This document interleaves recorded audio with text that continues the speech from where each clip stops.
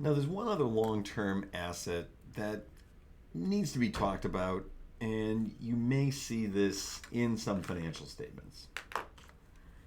And what we've been chatting about property, plant, and equipment, those are things you can touch, right? Those are tangible assets. But there are still some things that we use as a business that help us with our sales, help us do things. And these are referred to as, trademarks, patents, copyrights, all of these things. These are what are referred to as intangible assets.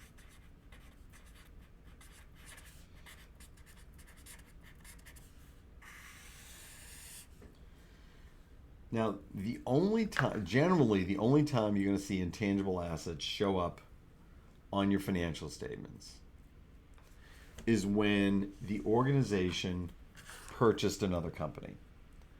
These exist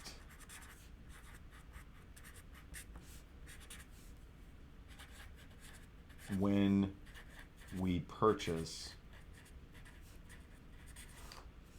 another company.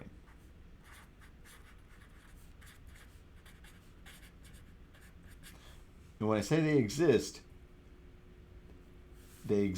on the financial statements. These exist on the financial statements. These do not exist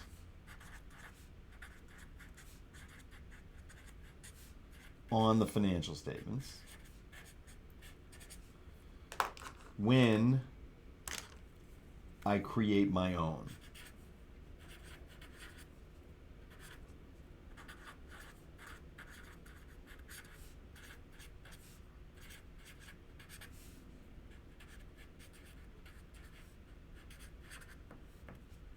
Okay? They don't exist on the financial statements when we create our own. They do exist on the financial statements when we purchase another company. Because when we purchase another company, when we buy somebody,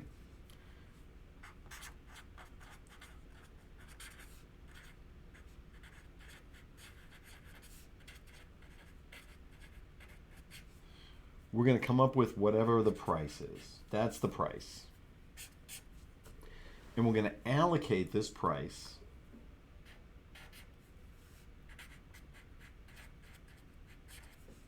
to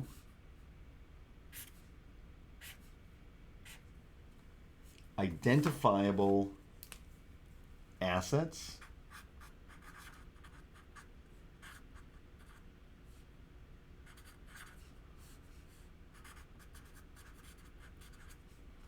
less identifiable liabilities.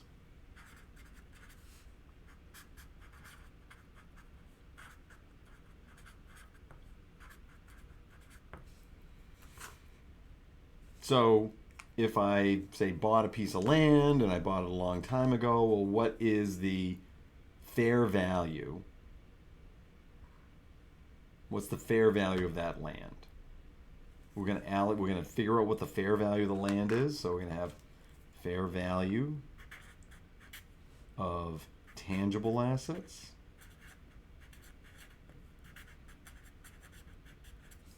and we're going to have fair values of intangible assets.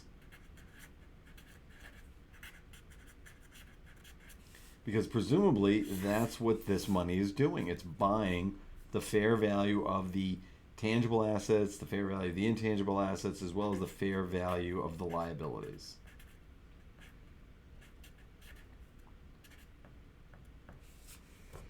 So I go through the company, I go through the financial statements, and I determine the fair value of all of these, either using an income method or a market method. Any excess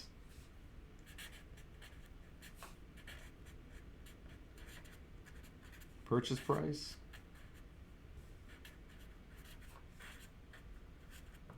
over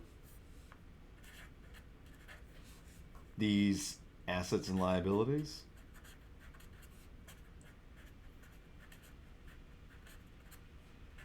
is what we refer to as goodwill. which is also an intangible asset. That's just, it's worth us to buy it because it does so much for us. So, there may be things that we can't identify, like the employees the employees in the purchase company are awesome. They're excellent. How do you put a value on them, right? Might go to goodwill. Maybe the way we've structured the company where it's very efficient and effective. Because of that, it's generating more value to the shareholders, and therefore that's why I'm paying the extra amount. That's goodwill. And these intangible assets, some of them have definite useful lives. We're going to kind of depreciate them, but we're going to call it amortization. So we're going to take those definite lived intangibles and we're going to allocate that cost over however long that's going to be. And some of them have indefinite lives, like a trademark. A trademark's not going to go away, but I've got to evaluate it periodically. Similarly, when I evaluated tangible assets, I've got to evaluate all of this stuff for impairment. So I just want you to understand that when you see intangible assets like trademarks and customer lists and goodwill, that's because the company that have those intangibles there is they bought something, and they paid more for that company than what the fair value of the assets, fair value of the tangible assets, intangible assets, and liabilities. They paid more than what that was all worth net.